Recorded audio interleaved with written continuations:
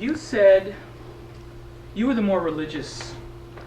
Is that true between you, Lee, and Molly? Yeah. You were all three of them. Molly was also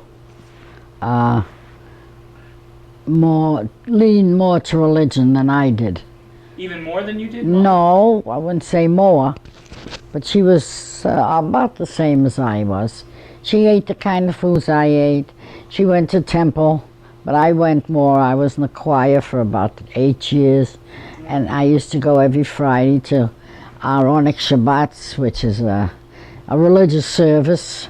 Then we'd serve refreshments, and we were very much involved with a big temple, one of the largest in New England, and we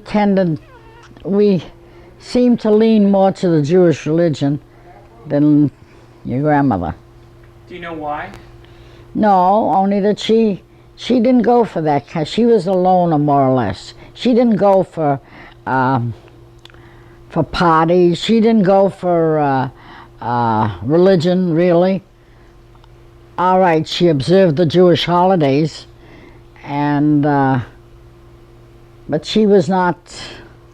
She never went to the temple except once in a great while to see my mother while my mother was praying. She was a different type. But your parents weren't very religious, were they? My parents weren't what? Religious? Yes, they were. Oh, they were? Yeah, but they weren't fanatics. Well, there's such a thing as a fanatic Jew, right, and a religious Jew. They didn't observe the religion that you couldn't go shopping on a Saturday. They did if they wanted to. They did not. They observed the holidays. Did they keep kosher? But nothing. Oh yes, my mother kept kosher. But we wouldn't eat in the house if it wasn't kosher. You know, it took me, when my mother died, it took me a long time. I moved in with your grandmother. It took me a long time to eat food, meats particularly. Your mother had to prove to me that she bought the meats in a kosher market. And I could tell she used to save the paper that the meat was wrapped in, because they used to wrap meat in wax paper in the Jewish.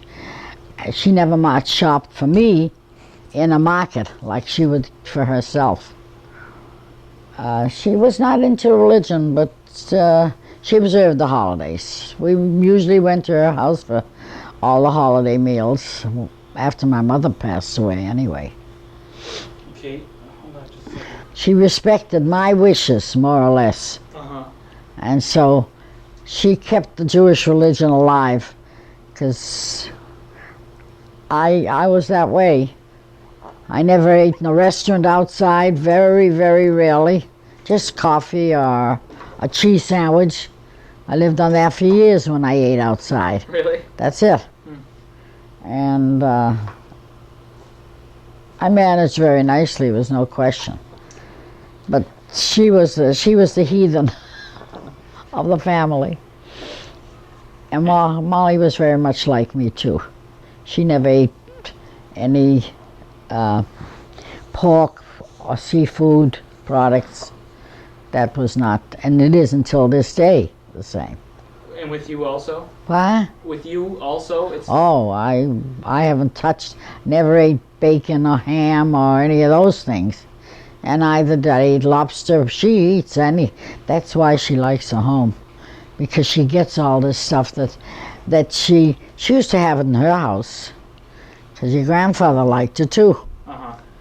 But not when I came to eat. She never had that kind of food. Tell me what you remember about my mother and father when they got married, Stuart and Joyce. What do you mean? Oh, when your mother and father got married? Yeah. Well, I didn't see them too often, you know. Only when they'd come to visit. And frankly, I thought that your father was a bit immature to have married so young. I don't think he knew anything about marriage at that time. You said he had no girlfriends up to that point? Not that I know of. I don't remember him ever having a girlfriend. I think he fell in love with your mother more than anything else. Because as far back as I can remember, there was never that compatibility like, it's hard to express. I don't think they were that great. They were happy that maybe the first few years of their life. After that, I don't think there was that much love. I don't want to say anything that, might incriminate. I never interfered, so I never asked any questions. But I don't think that marriage was made in heaven. Till this day, I don't have to tell you. Well, that's no surprise to anybody. What? That's no surprise to anybody. You're not really saying anything no one else knows. It's too bad, because I love your mother dearly. I love your father dearly. And it breaks my heart to see what's happening at this late stage in their life. I know one thing. I remember Susan telling me, sitting right in that chair, Auntie Fannie, when I'm 16 years old, I'm going to get married by hook or crook and I'm going to get out of the house. And she did. She was maybe a year older or a few months older. They just didn't get along like a couple. Listen, they both had their faults. It's not for me to say, but I felt bad because I love them both dearly. I felt bad for you kids. I know that you kids were not, I don't think, as happy as you should have been, because there was always screaming and yelling and, it's hard to put it in an interview. But your mother's a very cold. She doesn't confide in anybody. She keeps everything bottled up inside here. Maybe if she would confide in somebody, I used to beg her, tell me your problems, maybe I can help. You can't get anything out of your mother. And your father, of course, he's a dreamer anyway. Has he always been that way? Always been a dreamer. What do you remember of him growing up? Well, here's a kid that I don't think, he must have had 25 jobs since I know him, more. He used to sit and stare off into space. His mind was always elsewhere. You know that about your father. He never could hold one job, not because he was not smart. He was smart. He wasn't the type that I would say was an aggressive. He flew from one job to another like crazy. It was unbelievable. Until this day, he's still changing jobs. There's always something that keeps him from being down to earth. And of course, that had a lot to do. I don't think he made that great a living. So your mother would get disgusted on that point. She was more or less the breadwinner, I think, in the family, last for quite a while. And that ruins a marriage, However, I think it's beyond repair, that marriage. And I feel bad. I cry plenty over that. Because I have no family. I got nobody left. My sister Molly she's like dead as far as I'm concerned. It's 3 years since I've spoken to her. And your mother your grandmother doesn't remember half the things that we went through as children or anything. So, if I should die, nobody's going to miss me, and that's all that's to it. My whole family, the whole thing will go right down the drain. I'm glad that Stuart and Cookie are on a good relationship. They always were. They were brought up like sister and brother. But my daughter loves him dearly, and he loves my mother. And his whole personality changes when she comes down, and he gets to see her. He's thrilled, because I don't think he's got any friends either. Who doesn't? Your father. Oh. He hasn't got too many friends. Not if you're married and he comes home, he works hard. He threw himself too much in this job to a point where he can work 20 hours a day and it doesn't bother him. And that's not normal, nor is it natural. So whatever is in his thoughts, I don't know. I can't sit down and talk to him man to man. I wouldn't probe. It's none of my business. Well, going back to him growing up in your house, how would you have characterized him before he left the house? When he was a young kid? Yeah. He was a normal kid. As I told you, he didn't work much. Did he have many friends? He had a few neighbors that were friends of his. Somebody lived upstairs. Not really did I ever see him get involved with anybody to any degree. He had one or two friends right in my building or next building, and that's all. He didn't go to baseball games or football games. That was not his cup of tea. If I remember correctly, I'm not sure.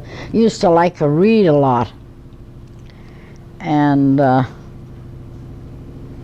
as far as friends, no, that's why when he met Joyce, he was a young kid, but he didn't know nothing about life.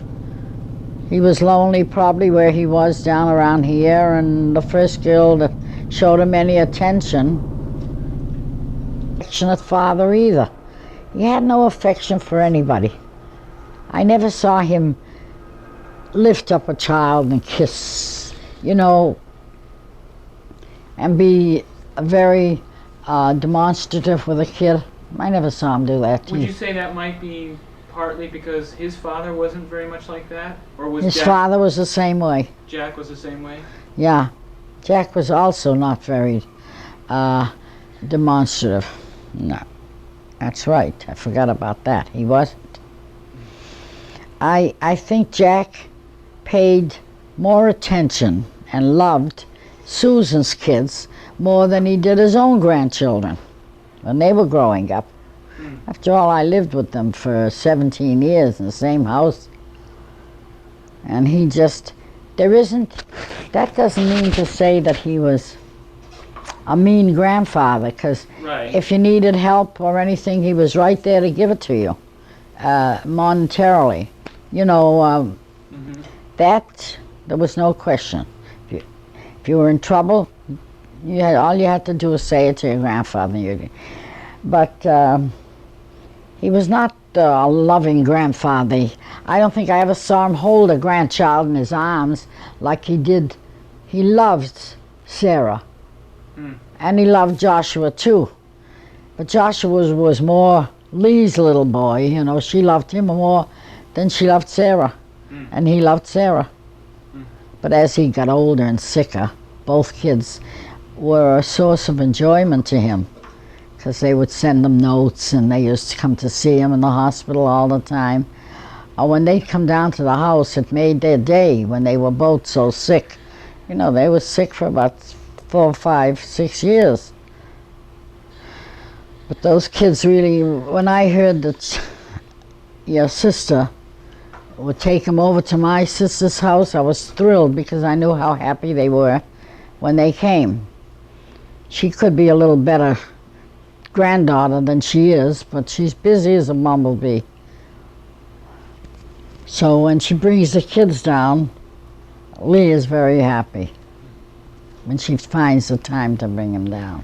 What kind of a father would you say Jack was to Stuart? Oh, he was a good father. He listened. Stuart graduated high school and he joined the service. and that was it. But he was a good father, I think. But he was not a very loving, I don't think. I never saw the love and attention to Stuart even. Not, but to the grandchildren, yes. Not to Stuart. Not that it, I don't think he had bothered him to any degree. But he was not, he was cold like his father. Jack was cold like his father? Yeah. Sam?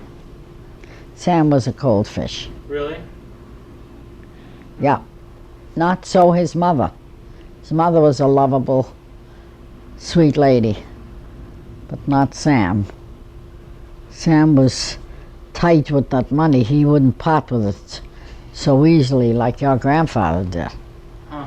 You see? What else would interest you? Well, the reason you moved in with your sister. My mother died. Oh, okay. So I moved in with my sister. Do you know? Because I had my little girl to take care of. She was about 14 years old or so. Wait a minute. I thought your mother lived with you and your sister.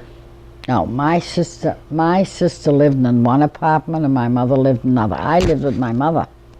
But didn't Lee took care of your mother also? Yeah, because I worked. Right. Okay. I worked with my father.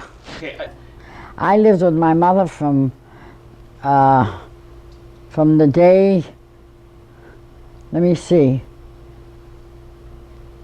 I was married almost a year. A month before the year was over, I left my husband, and I moved in with this was during Depression, and I moved in to my mother. My mother moved into an apartment big enough so that I could live with her, with Cookie, which I did for all the time because I had to go to work to support my daughter.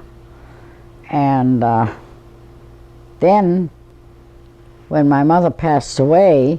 Do you know how she died or what she died? She had a heart condition, and she finally died. When she died, Lee moved into the same house where I lived with my father, and she took care of Cookie and her kid, of course, and Jack. I worked with my father in business. We had a toy store. So she more or less took over what my mother used to take care of Cookie and so forth. And then Cookie got married shortly after my mother died. So when Cookie moved out, I remained with Lee, and we moved from Floyd Street to Hyde Park, and I went with her. I had no place to go because Cookie moved into an apartment of her own, and she got pregnant, and anyway, so but I lived with your mother for 17 years, your mother and father. My grandmother and grandfather. Yeah, that's right. I lived with them for 17 years. Well, going back just a little bit more, you were married for almost a year. Yeah, a week before my first anniversary, I left him. He was no good.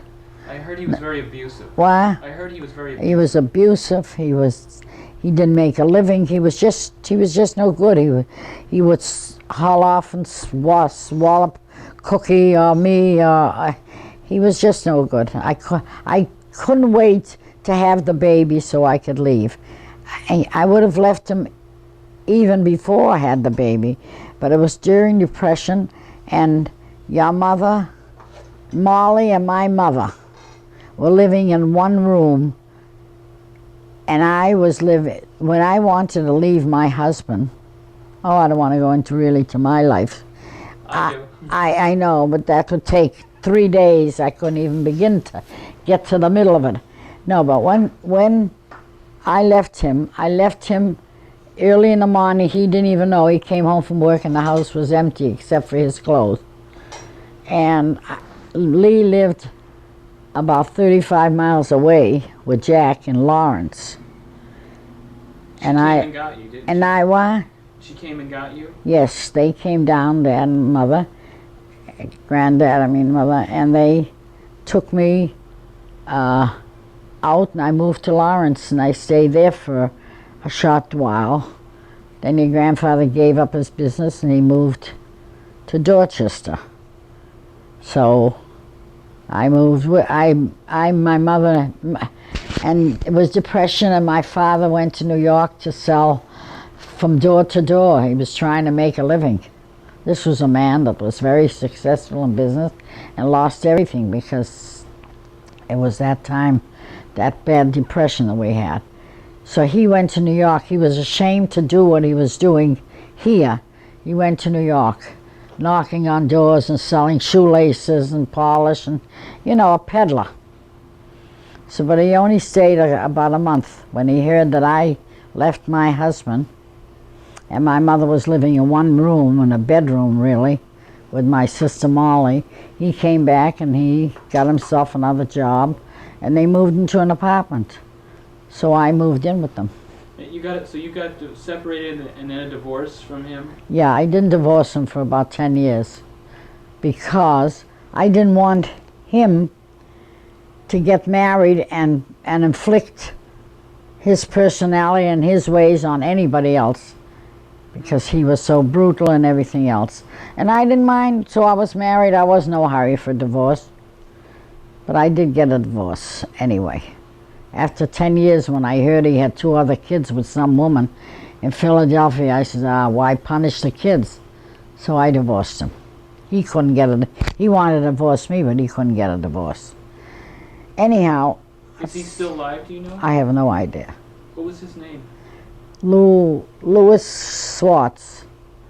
I have no idea where he lives, if he's dead or he's alive. He lived in Boston, and I don't know, really don't. And now he's in Philadelphia, or last time you heard. What there? Last time you heard he was in Philadelphia? No, he was back in Boston. Oh. At that time, his other wife kicked him out too.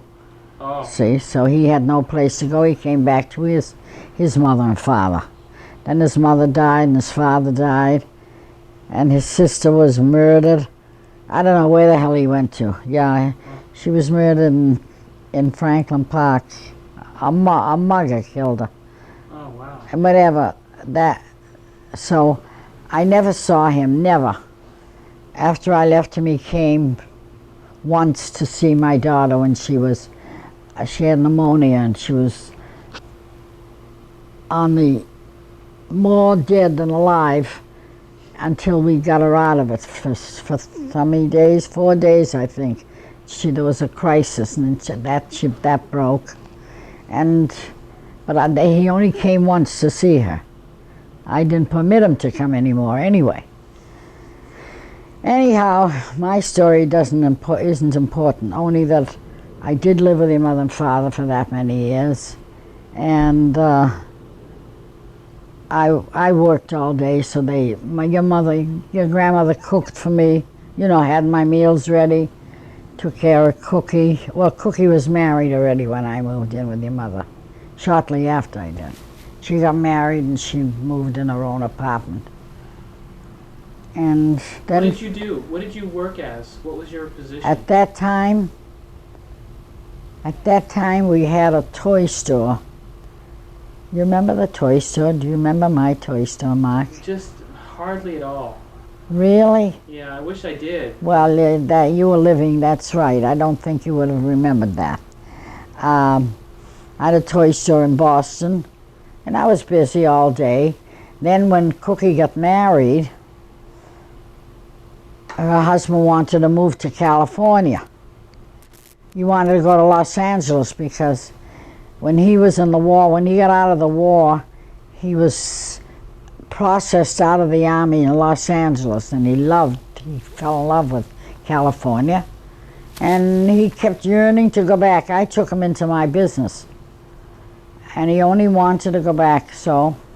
This is your father? No, this is my husband. Oh, okay. Not my husband, what am I saying? My daughter's husband. Okay. And when they moved away, I missed my daughter and the kids. She took one of the kids with her. She had that little boy, Donnie. So anyway, she went to California, so I sold my business. And I followed them, and I stayed there for a year, but I was lonesome for my family, so I came back to Boston. And from that time on, I stayed with your grandmother. Mm. I lived with her for a long time. Do you remember anything of your grandmother? Of course, I lived with her all the time. Your grandmother? My grandmother? Yes. Oh, no, only that she came to this country, and she lived, there was 3 sisters. And she used to live with my mother a few months, and then she'd go to the other daughter and stay a few months. And she caused trouble between each one of her 3 daughters. Really? Oh, she was a spitfire. She wanted to go back to Europe because her son was there. Where did she come from in Europe? From Poland. Do you know where in Poland? No. At that time, yes, she was in Poltusk. Poltusk. That's a town in Poland? No, it's Polish. She was in a Polish town, and she wanted to go back because her son was living there. He didn't want to come. He had 4 or 5 children, or they couldn't afford to bring her here because it was a lot of money. They brought their mother here. My mother and my aunts brought the mother here. So after 2 years, she went back home and she got married again. Oh, she was a character. She was a terrible... she made...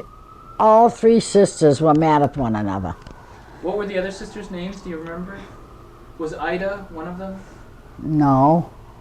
The others... oh, you mean, what sisters? This is you were saying Sarah Goldstein. Is that who you're talking about? Yeah. Your grandmother.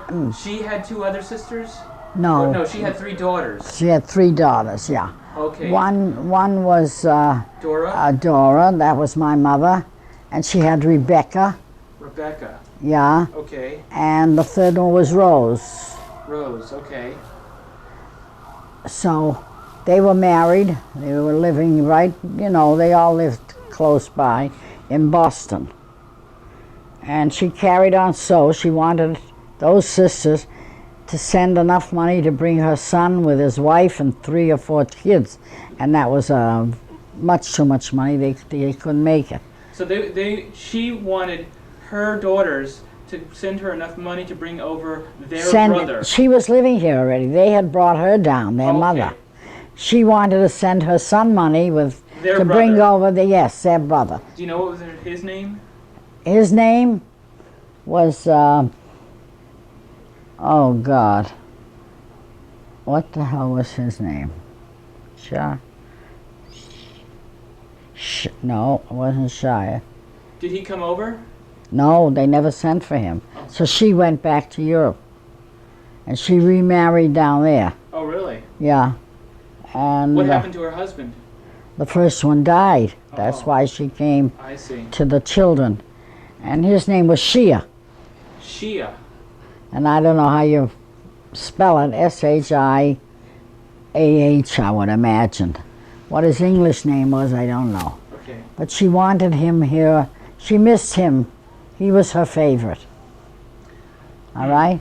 Did you live with her at all? Yeah, when she was staying in my house, I used to sleep in the kitchen on the floor, and she used to sleep in my bed. Did she have? Do you know what she did? Did she have a job or? Who? Your grandmother. Yeah, she was. She had a business. She sold eggs. Eggs. She was the egg lady. Sarah the egg lady. So the Medea. Everybody, if they wanted to reminisce, and they talk about my mother, they would say, "De Voiler van Zur Medea's Tochter." That's the way they used to describe my mother. Tochter? Sura, my mother's name was Sarah. Sarah. With the eggs. Yeah, Sarah. So they'd say, "This is Leah." Sura Medea's Anakel. In other words, my sister or me were related to Sura Medea. That was our grandmother. You see, or De Voiler, whatever, those names are hard to pronounce. But everybody knew her. She was a very good business lady. She sold eggs and chickens sometimes, because my grandfather was more religious. He didn't work. He used to like to sit in the synagogue. You know, he was This is her second husband? no, the first one. The first one who died. Yeah. The second one did nothing. They were old already. But she went back and she got married, and he died while she was married. She was the last one to go. She was really a very strong personality. She's pretty old when she died. Then. Yeah, sure she was. When she came to this country, she had to be, maybe 50, 60 years old or something like that. Because my mother had the children already. We were born. She was not a very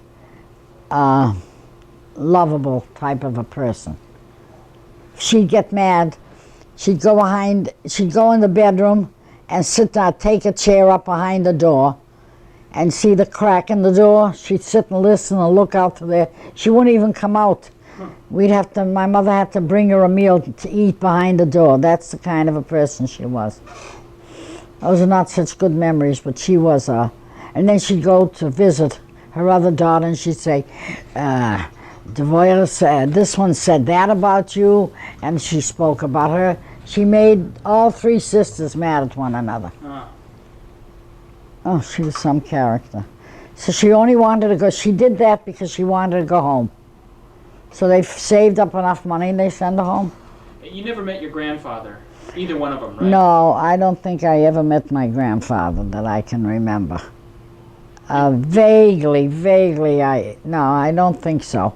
Did you? I saw him through pictures, you know, we used to get a picture here and there. But I don't think I ever met him except when I was a child. When I came here, I was 3.5 years old. Came where? To this country. I was born in Poland. Oh, you were? Of course. I didn't know that. Sure. What town? In where my mother went back, to Poltusk. That was the name of the town, Poltusk. Poltusk. And that's where your grandmother died? Yeah. She went back to Poltusk. So she's probably buried. I was born in Poltusk. I was living in Paris at the time. See, Lee was born in Paris. Right. And then my mother got pregnant in Paris. Uh-huh. And when she was about 7 or 8 months along, she went to Poltusk, to her mother's house, to have me. Uh-huh. When I was born, I was there about a month, and then I went back to Paris. And I lived in Paris for 3.5 years. Then we came to this country. Oh. My father was already here. He came 6 months before my mother, and then he brought my mother, and we 2 children went along with. Molly was born in Boston. And your father, how did he die? He died. He had diabetes, and he had an accident, but he didn't die then. He just came home from the synagogue on Rosh Hashanah, and he was watching television, and they found him slumped over the chair. That was first day Rosh Hashanah. Is he buried up in Boston? Pardon me? Is Yeah. he buried up in Boston? Yeah, so is my mother. What cemetery, do you know? I don't know the name of the cemetery, but it's in West Roxbury. Ali knows the name of it. Arlene knows? Okay. Yeah. We had it, as a matter of fact, the name of the cemetery, but I think it was changed, was called the Poltuska Cemetery, because when my mother came, she had a lot of friends that came from Poltusk to Boston. So they formed a club, and they bought this plot of land and called it the Poltuska Cemetery, so that everybody from their town, plus outsiders, was buried in there. My aunt and uncle, I got several aunts and uncles buried there, and other relatives that are buried in that cemetery. Wow. But now it's called something else, and there's nobody that takes care of it like it used to be taken care. Because my father was the president. He was behind this whole thing, having a cemetery for all his friends and so forth. They had a society, and we used to have parties, and we saw the kids growing up. We played with all the kids. Mm-hmm. You know, my mother and father had their own friends. Mm-hmm. Anyway, That's already a thing of the past. That's what's pulling me to Boston. I want to go to my mother's and father's gravesite Oh, really? and pray a little bit and talk to them. Someday I'll get to Boston again. I used to go there often when I lived there. Right. And when my father died, he was already married for the second time, but he was buried in that cemetery next to my mother. Okay. I'm gonna fade out right now. A good idea.